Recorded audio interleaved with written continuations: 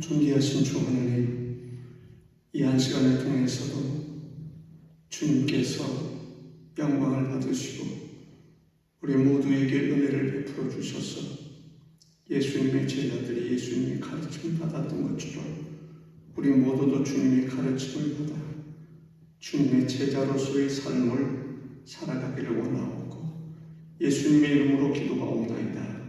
아멘.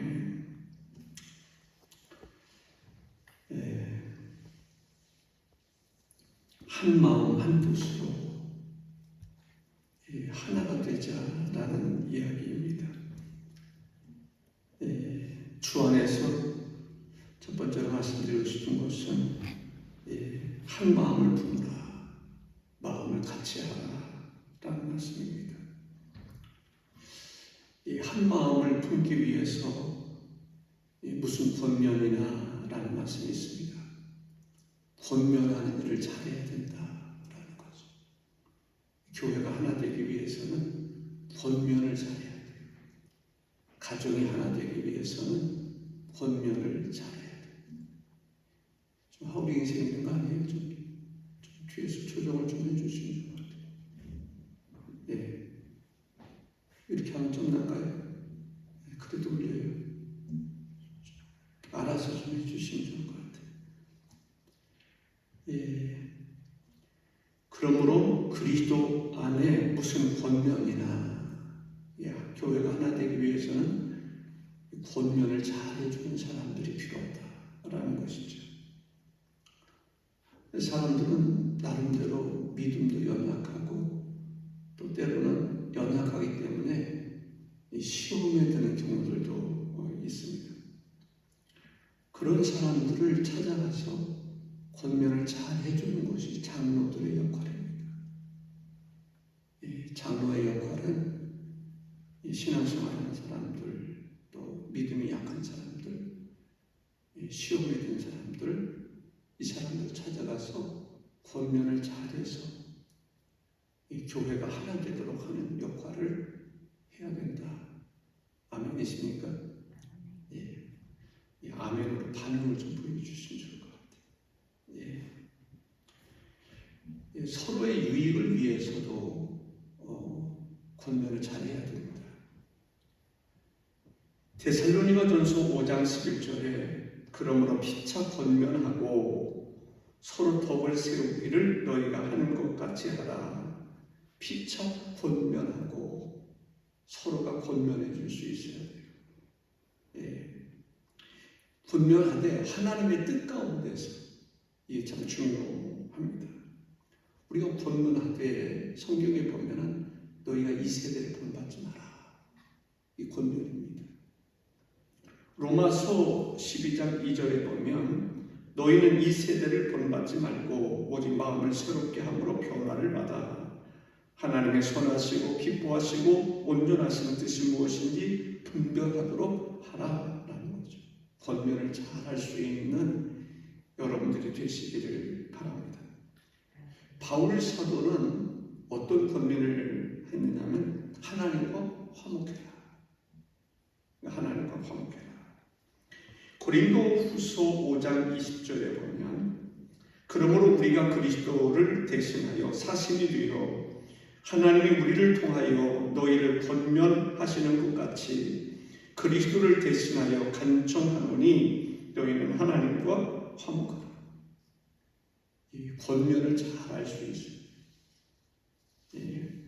그 권면을 잘하는 사람들이 많아야, 서로가 권면을 잘하는 사람들이 많아야 교회가 하나 되고 어떤 목표를 향해서 질주할 수가 있는 것입니다. 두 번째는 서로 위로하라는 거예요. 권면하고 그 다음에 사랑의 무슨 위로나 교회가 하나 되기 위해서는 위로가 필요하다. 권면이 필요하고 위로를 잘해줄 수 있어야 된다라는 거죠. 우리가 고난을 많이 당하는 경우들이 있지 않습니까? 그 사람들에게 필요한 게 뭘까요? 위로가 필요한 것이죠. 고린도후서 1장 5절에 그리스도의 고난이 우리에게 넘치는 것 같이 우리가 받는 위로도 그리스도로 말미암아 넘치는 거예요. 우리가 그리스도를 위해서 살다 보면 고난을 당할 때가 있습니다. 그런데 고난을 이길 수 있는 힘이 뭐예요? 하나님 우리를 위로해 주신단 말이죠. 그렇기 때문에 서로 위로한다라고 하는 것은 매우 중요하다라는 것이죠. 데살로니가전서 4장 18절에 보면 그러므로 이러한 말로 서로 위로하라라고 얘기합니다. 위로가 필요하죠. 하나님이 우리를 위로해 주십니다. 하나님의 위로는 영원한 것입니다. 영원한 것을 약속해 주시죠. 그렇기 때문에 우리가 고난 중에서도 참고 인내하며 나갈 수가 있는 것입니다. 위로가 중요하다. 권면이 중요하고 위로가 중요하다는 것을 알 수가 있습니다. 성경에 보면 이런 위로가 있습니다. 로마서 8장 39절에 보면 높음이나 깊음이나 다른 어떤 피조물이라도 우리 주 그리스도와 예수 안에 있는 하나님의 사랑에서 끊을 수 없는 일은 위로가 되지 않아요. 하나님의 사랑에서 우리를 끊을 수가 없다. 하나님이 우리를 끝까지 붙잡아 주신다. 이것이 우리에게 큰 위로가 되는 것입니다. 성경에 보면 우리를 위로해 주시는 말씀들이 참 많아요. 그러면서 서로 위로해라. 우리가 권면도 필요하지만 권면을 왜 합니까? 믿음이 약한 사람들, 시험에 든 사람들, 이 사람들을 권면을 통해서 다시 일어나게 하는 거죠. 또 그들에게 뭐가 필요해요? 위로가 필요하다는 말씀입니다. 로마서 15장 14절에 보면 무엇이든지 전에 기록된 바는 우리의 교훈을 위하여 기록된 것이니 우리로 하여금 인내로 또는 성경의 위로로 소망을 가지게 함이니라. 이제 인내와 위로의 하나님이라고 말합니다. 성경에 보면 위로에 대한 얘기가 많이 나와요. 그 다음에 뭐예요? 성령의 무슨 교제나. 이 교회가 하나가 잘 되려면 뭐가 잘 이루어져야 된다고요? 교제가 잘 이루어져요. 성도들의 교제가 잘 이루어져야 될 줄로 믿습니다. 서로 교제하는 거죠. 권면하고 위로하고 교제합니다. 교제는 뭐를 이야기하냐면 나누는 것을 이야기하는 것입니다. 나누는 거예요. 서로 나누는 것. 갈라디아서 6장 10절에 보면 그러므로 우리는 기회 있는 대로 모든 이에게 착한 일을 하되 서로 나누는 거예요. 착한 일을 하되 믿음의 가정들에게 할지니라. 요한일서 3장 18절에 보면 말과 혀로만 사랑하지 말고 행함과 진실함으로 하라라고 얘기합니다. 네 번째는 서로 교제하는 것인데 같은 이야기입니다. 교제하는 거예요. 초대교회를 보면 교제하는데 어떤 교제를 했어요? 삶을 나누는 거예요. 재산을 나누는 거예요. 물질을 나누는 거예요. 재산을 나눈다는 것은 쉬운 일일까요? 근데 초대교회는 성령이 충만하니까 재산을 나눈다 그러죠. 재산을 나누는 사람들이 어떤 사람들이죠? 자기 자녀들에게 나누잖아요. 유산을 물려주잖아요. 그래도 후회한 거 없잖아요. 그런데 초대교회는 교회에서 그 일이 이루어졌다. 왜냐하면 교회 안에 모든 성도들을 하나님의 자녀로 여기기 때문에 그런 것입니다. 자녀들에게 유산 물려주는데 재산도 주잖아요. 집도 사주기도 하고 집 얻어주기도 하고. 근데 초대교회는 그 일을 어디서 했다고요? 교회에서 했다. 그러니까 교회가 힘을 얻는 거죠. 위로를 받고 가르침을 받고 권면할 때 권면을 받고 교회야말로 사랑이 충만했던 것을 볼 수가 있습니다. 성령이 무슨 교제나 긍휼이나 자비가 있거든 이라고 말합니다.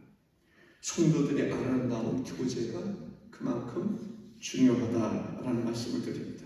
그게 두 번째, 교회는 뜻을 합하여 한 마음을 품어야 된다. 이 뜻을 합하여, 2절에 보니까 마음을 같이 하여 사랑을 가지고, 같은 사랑을 가지고 뜻을 합하며 한 마음을 품어라고 얘기를 합니다. 그러니까 주 안에서 한 마음을 품으라. 뜻을 합하여 한 마음을 품으라라는 것이죠. 뜻을 같이 한다는 것이 중요합니다. 여러분들, 쉽지 않은데 우리가 그리스도 안에 거하면 거할수록 뜻도 같이 할 수 있다는 거죠.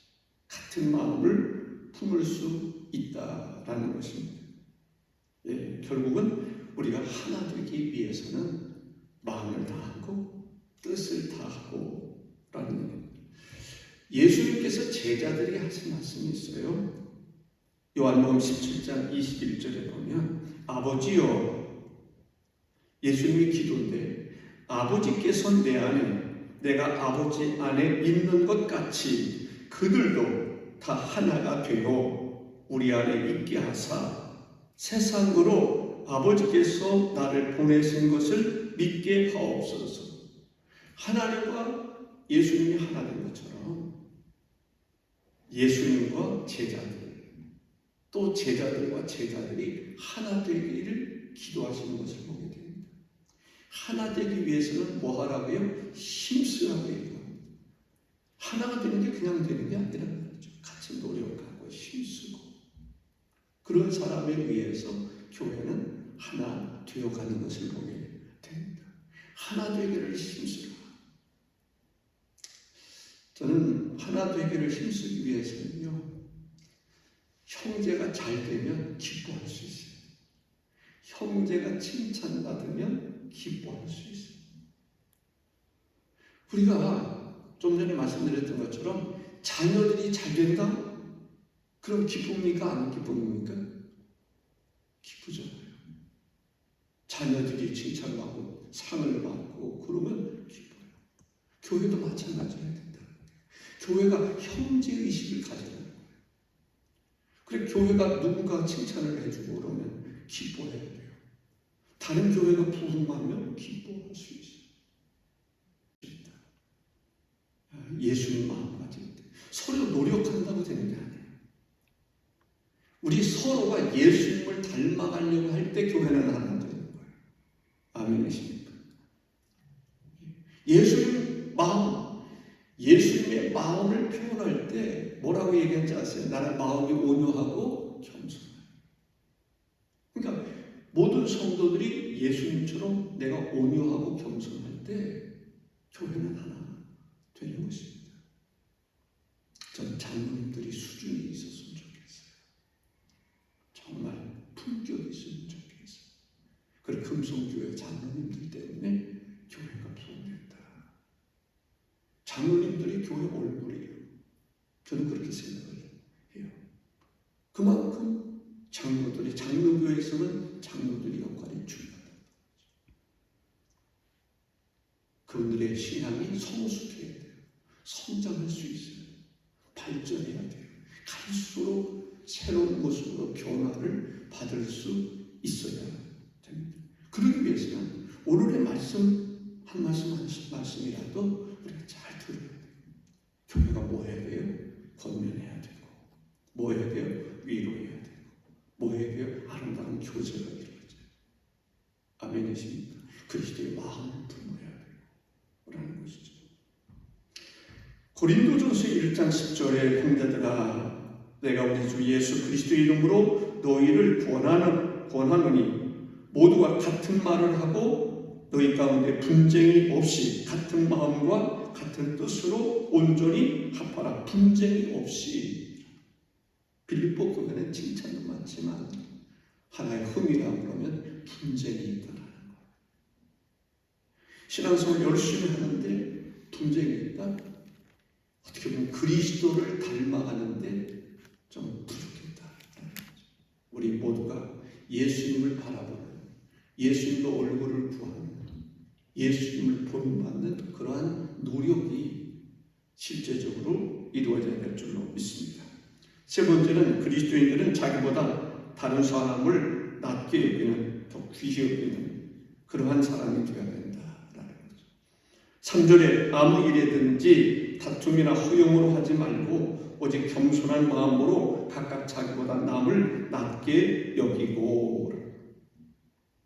교회는 자기에 대해서는 낮춰야 돼요. 아멘.